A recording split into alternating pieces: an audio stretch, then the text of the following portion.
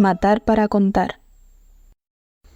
Este podcast contiene información sensible y material explícito sobre crímenes violentos y asesinatos. No es apto para todas las edades y se recomienda escuchar bajo discreción.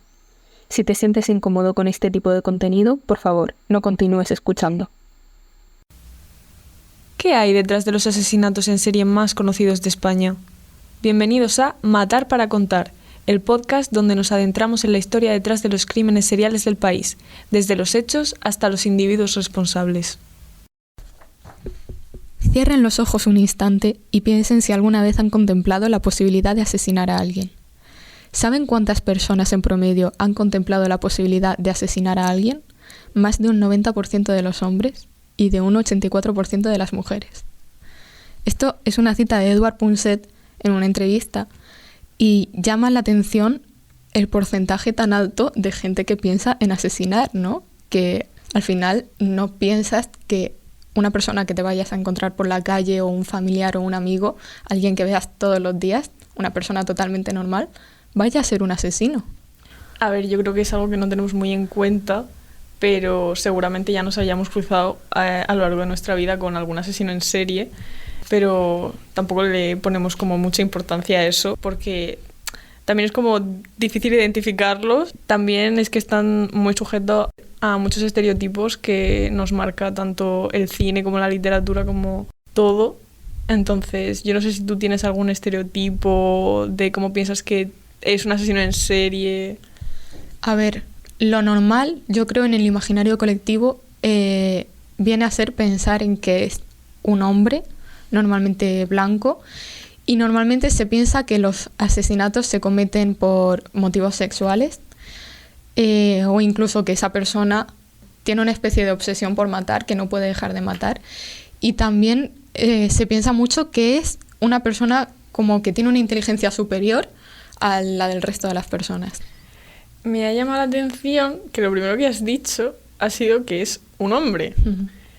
Y yo creo que es porque no tenemos, no hay tantas mujeres asesina en serie, porque en ese caso diferenciamos en que en asesino en serie y asesino múltiple. ¿Cuál es la diferencia? Pues mira, el asesino múltiple, la principal diferencia que tiene con el asesino en serie es las víctimas y el tiempo que tarda en volver a matar a alguien, como que el asesino múltiple lo hace todo en el mismo momento y el asesino en serie tiene un periodo como de enfriamiento para volver a matar. Uh-huh. También el asesino múltiple es como no elige las víctimas con ningún criterio, el asesino en serie sí. Estadísticamente las mujeres cuando matan lo hacen todo en el mismo momento y no tienen como esa pausalidad que tienen los asesinos en serie, hombres, de dejar un tiempo entre una víctima y otra al matar. Entonces entrarían dentro del asesino múltiple y no asesino en serie. Vale. La verdad es que a mí me parece un poco raro que una persona pase de tener como unos 30 años, más o menos, porque los estereotipos suelen ir por ahí, pase de tener una vida normal y de tener un comportamiento normal a de repente tener un comportamiento destructivo, a matar, a cometer algún crimen. Entonces no sé cómo sería, cómo se forma un asesino en serie, cómo se crea. Claro, a ver, es que realmente el asesino en serie no se crea de la nada, de repente eres una persona normal y vas a convertirte en un monstruo. Lo que sí que es verdad es que los monstruos, por así llamarlo, la gente que se cataloga dentro de asesino, es un humano también. Al final, cuando piensas en un asesino, esperas encontrarte a un monstruo con todos los rasgos que cada uno se quiere imaginar de un monstruo y no esperas encontrarte a un hombre o a una mujer.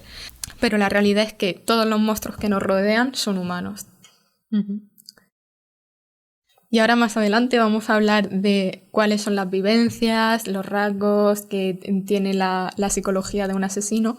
Pero bueno, de momento yo quiero plantear una pregunta a nuestros oyentes que luego resolveremos más adelante, pero la pregunta es: ¿todos nosotros nacemos con esa capacidad violenta, con esa capacidad de matar, de asesinar?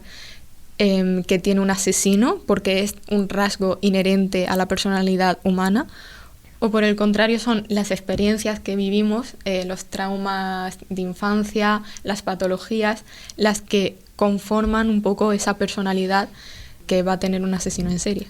O sea, la biología evidentemente influye, pero la infancia es un periodo vital que afecta y influye mucho en la construcción de la personalidad de cada uno, y el hecho de haber sufrido maltrato físico o psicológico en esa etapa de la vida marca mucho a las personas.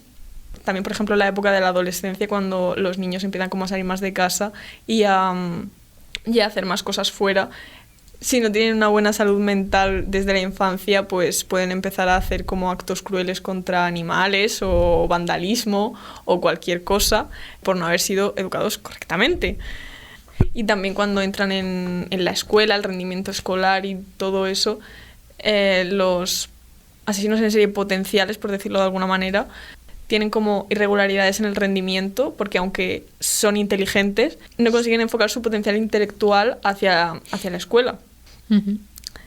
Entonces, en esta etapa de la vida, donde la familia es lo más importante, que ayuda a desarrollar al niño sus capacidades y lo ayuda a aprender a integrarse en la sociedad, influye mucho el trato que tengas con tu padre o con tu madre. Sí, además se han hecho estudios, que tengo por aquí algunos resultados, que entre el nacimiento y los 6-7 años es el momento en el que más importante es la madre, el contacto físico, el afecto.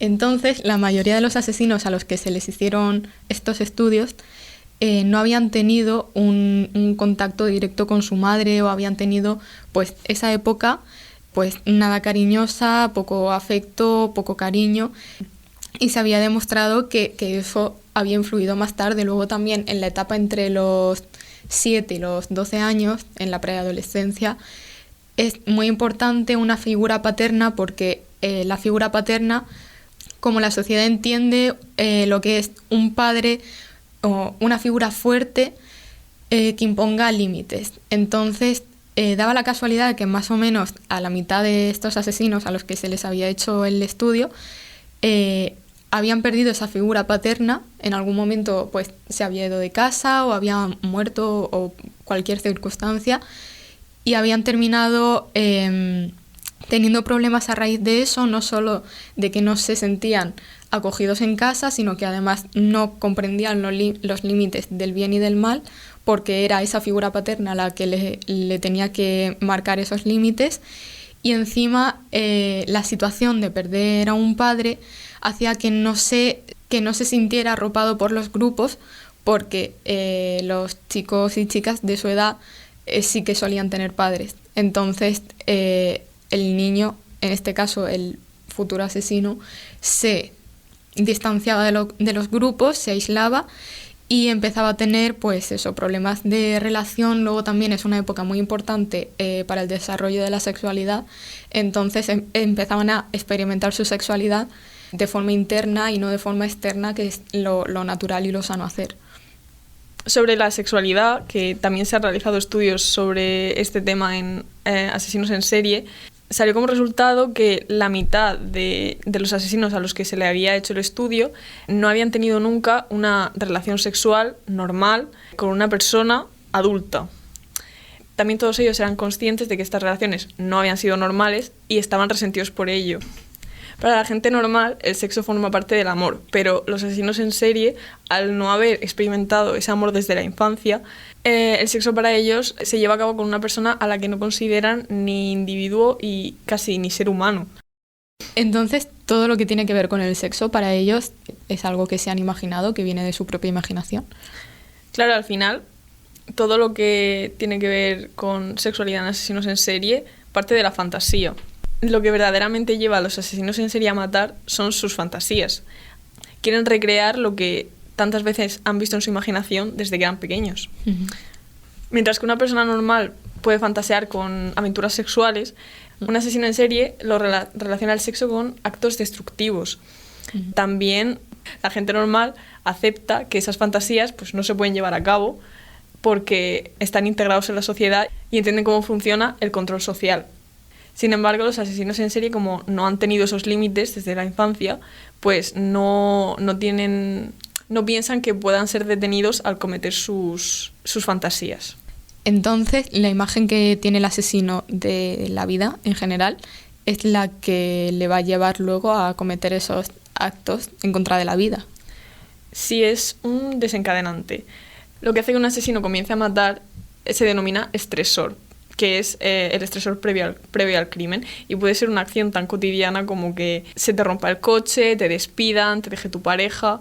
Lo que pasa es que... O sea, esas situaciones desencadenan que luego él vaya a cometer algún acto. Claro, la diferencia es que una persona normal a la que le pasan esas cosas estresantes tiene las herramientas que ha ido trabajando desde su infancia para poder llevar eso como un proceso normal. Sin embargo, un asesino en serie, un potencial asesino en serie, no las tiene. En los asesinos potenciales, esos procesos mentales son defectuosos.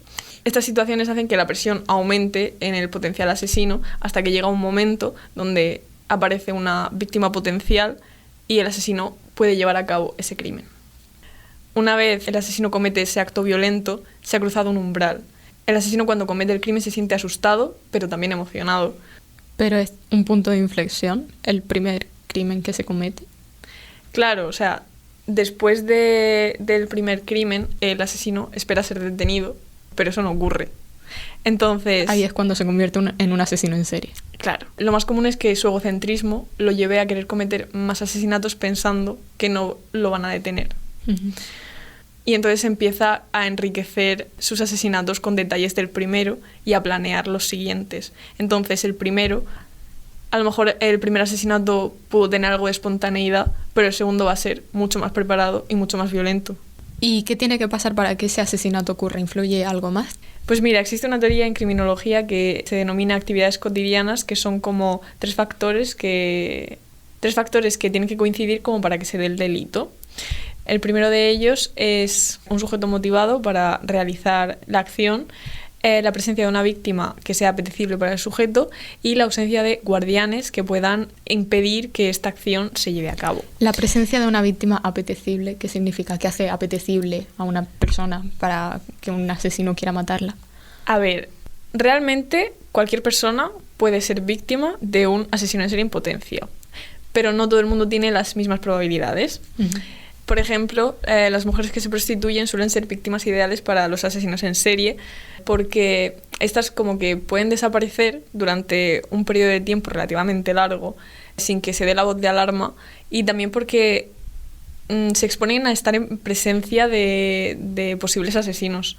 Más que nada por lo que hemos hablado antes del tema de la sexualidad de ellos. Claro, pero no son tampoco las únicas que están expuestas a que un asesino... No, por supuesto que no. Los asesinos en serie se han cebado sobre todo con 5 grupos de la sociedad. Aparte de las prostitutas, también están los vagabundos o personas marginales, los niños, las personas ancianas y los hombres homosexuales. La mayoría de las personas que son víctimas de asesinos en serie suelen ser personas de una clase baja, que pueden llegar a ser hasta marginales, porque son las personas más vulnerables a ello. Entonces podríamos decir que los asesinos en serie, a pesar de no comprender en su totalidad a la sociedad, se ceban con los grupos que están socialmente peor aceptados. En su mayoría sí, pero también habría que ver los tipos de asesinato que cada asesino lleva a cabo. Claro, porque también depende de la situación. Y en relación a los tipos de asesinatos es importante diferenciarlos porque, claro, tenemos varios tipos. Están los homicidios como consecuencia de un altercado, como puede ser una pelea. Los homicidios cuyo el objetivo no es la acción en sí, sino la consecuencia. Por ejemplo, un robo en el que el asesino sí que es consciente de lo que está haciendo y de que va a matar a una persona, pero no es el objetivo matar a esa persona, sino que es cometer el robo.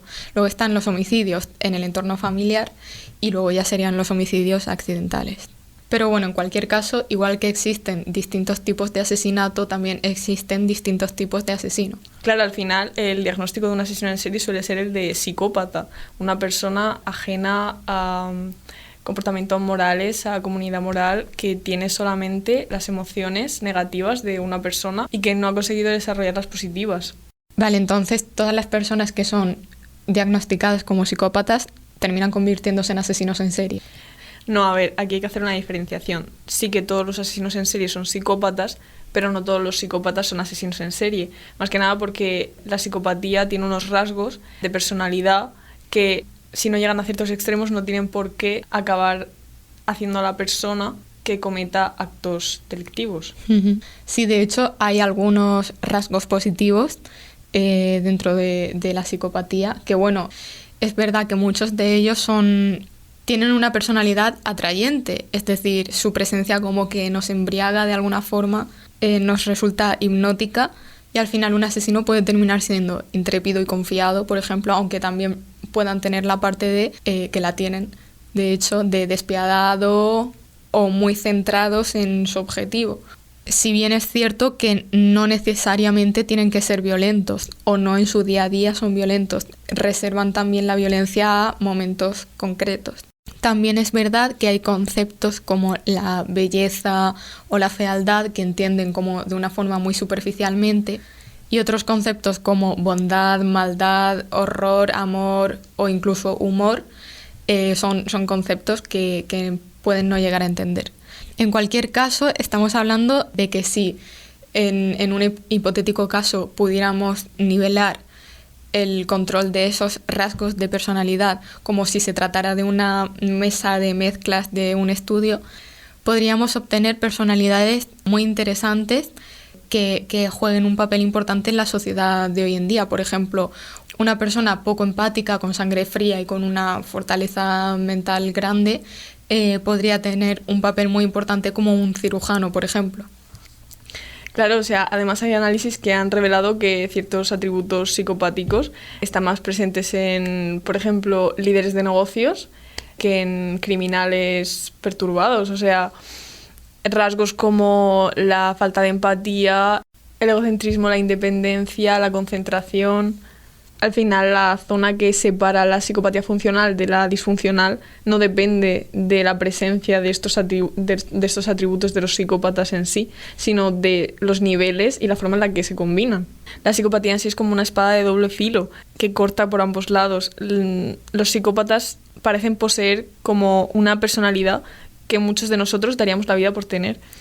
Existe un conjunto de habilidades también que son como los 7 preciados capitales, que son 7 principios fundamentales de la psicopatía que, si fuesen repartidos con un buen criterio y aplicados con cuidado, podrían ayudarnos a conseguir exactamente lo que queremos. Lo que hemos dicho antes de la mesa de mezclas, ¿no? Claro, o sea, si de estas 7 principios, que serían impasibilidad, el encanto, la concentración, la fortaleza mental, la intrepidez, la atención plena y la acción, si pudiésemos modularlos en las personas, al final conseguiríamos tener personalidades que nos ayudaran a conseguir nuestros objetivos.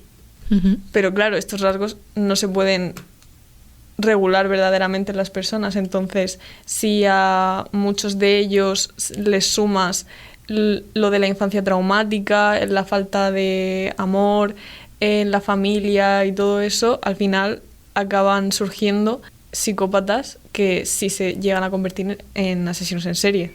Claro, porque al final, en el fondo de todo esto, hay un componente patológico, ¿no?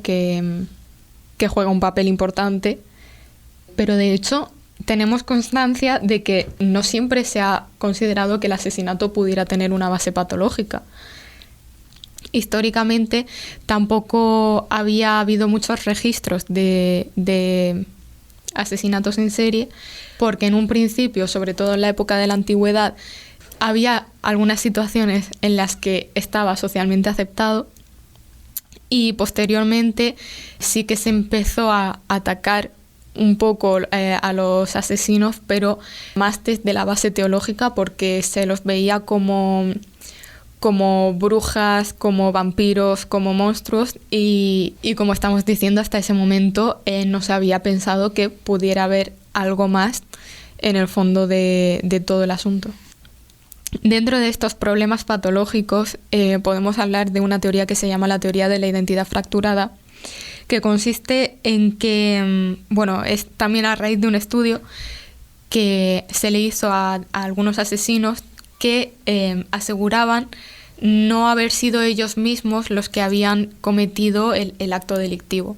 Claro, o sea, si no recuerdo mal, Ted Bundy, que es como uno de los asesinos en serie más conocidos de Estados Unidos, decía que el otro yo dentro de él es el que había matado a sus víctimas, ¿no? Efectivamente, de hecho hay muchos asesinos que hablan de un monstruo en su interior, hablan textualmente de el monstruo en mi interior, que es como esa parte de la personalidad que toma la conciencia de algunos momentos definidos y que si no fuera por esos momentos, la persona en el resto de su día a día sería una persona totalmente normal. Pero entonces, ¿qué personalidad es la verdadera dentro del asesino? ¿La que mantiene frente a la sociedad o la que saca cuando mata? Pues en realidad no hay una distinción porque las dos personalidades serían la real.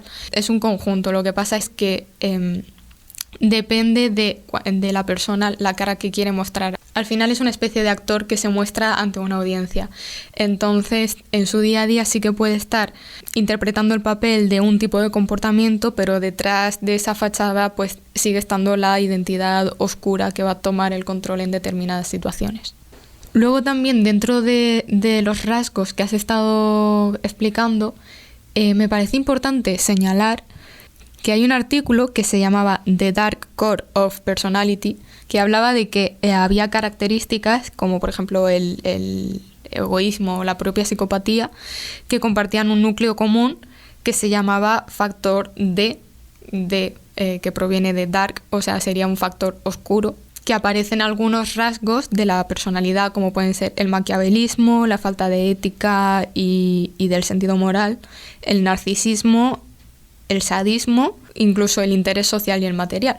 Al final, y así un poco en resumen, podemos decir que la figura del asesino en serie realmente también está muy condicionada con lo que entendemos nosotros ahora desde una perspectiva moderna de lo que es el asesino en serie, que es un fenómeno social que realmente no hace tanto tiempo que existe, tiene unos 120 años. De hecho, hay unas condiciones que propiciaron como tal la aparición del fenómeno de asesino en serie. Y algunas de estas condiciones son el auge de los medios de comunicación, la sociedad del anonimato, la racionalidad y la instrumentalización y deshumanización, entendida como el utilizar a las personas como instrumentos más que como humanos. Y bueno, algunos otros como la cultura del narcisismo, que hoy en día estamos muy arraigados a el yo. Claro, al final hay mucho individualismo en la sociedad ahora mismo y eso a lo mejor facilita a los asesinos el llevar a cabo los crímenes, ¿no? Efectivamente, también se tiene mucha conciencia de que la persona individualista va a tener más éxito y va a ser mejor, con lo cual en la actualidad hay una especie de fascinación por la figura del asesino más que miedo entre que es una persona que puede ser, como hemos hablado, con unos rasgos de persona exitosa, a la vez que nos parece una persona muy lejana y que es algo que no nos va a afectar a nosotros directamente. Pero bueno, según las investigaciones de Steven Pinker, estamos en la época más pacífica de la existencia de nuestra especie. O sea que no hay motivo de alarma. Claro, o sea, actualmente hay determinados fenómenos históricos que han contribuido a que el nivel de violencia sea más bajo. Por ejemplo, el nacimiento del Estado, el comercio que ha evitado grandes robos y asaltos, la concesión de derechos, igualdad y también la comprensión y adaptación de puntos de vista de diferentes culturas ha ayudado bastante a que disminuya esa violencia. Bueno, pues hasta aquí nuestro repaso por el mundo de los asesinos en serie. Muchas gracias por acompañarnos en este primer episodio. En el siguiente episodio estaremos hablando del caso de los Martínez del Águila, un caso murciano que no desvelaremos quién es el asesino hasta el final del episodio, así que os invitamos a escucharlo. Y os recordamos que toda la bibliografía que hemos utilizado para documentarnos para este episodio la podéis encontrar en nuestras redes sociales y una vez más, muchas gracias por acompañarnos.